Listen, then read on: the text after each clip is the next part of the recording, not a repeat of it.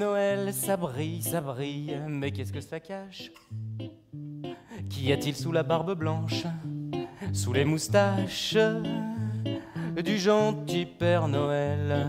Moi j'aimerais le rencontrer, pas pour lui demander des jouets, mais pour qu'il m'explique sincèrement pourquoi il passe qu'une fois par an. C'est un spectacle où je suis tout seul sur scène, avec ma guitare, des bidouilles, des pédales d'effets, des pédales loop pour enregistrer des trucs et les faire repasser.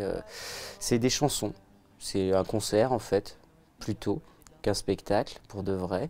Et ça raconte un petit peu les rapports qu'on peut avoir entre parents et enfants. Range ta chambre.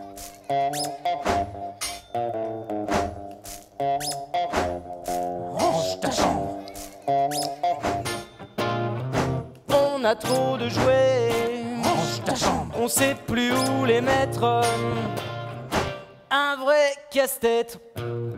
Ça vient toujours par hasard, on ne s'assied pas à un moment donné à une table en disant je vais écrire des chansons là-dessus. Il y a un truc qui se passe avec des enfants qu'on voit ou avec les siens et tout de suite ça éveille, hop, il y a un petit mot rigolo, il y a un petit emboîtage et puis voilà, après on se met à écrire un petit texte, un peu de musique, on bidouille ça.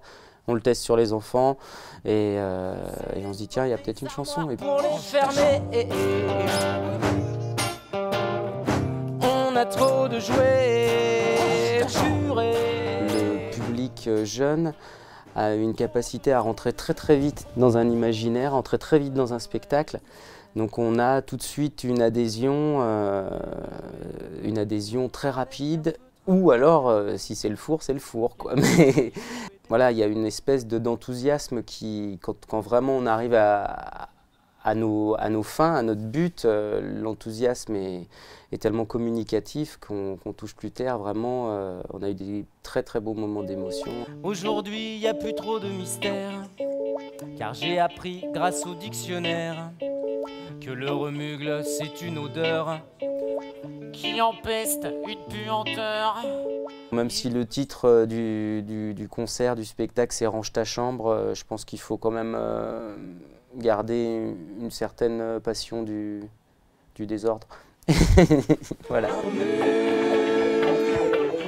Allez, bonsoir à tous.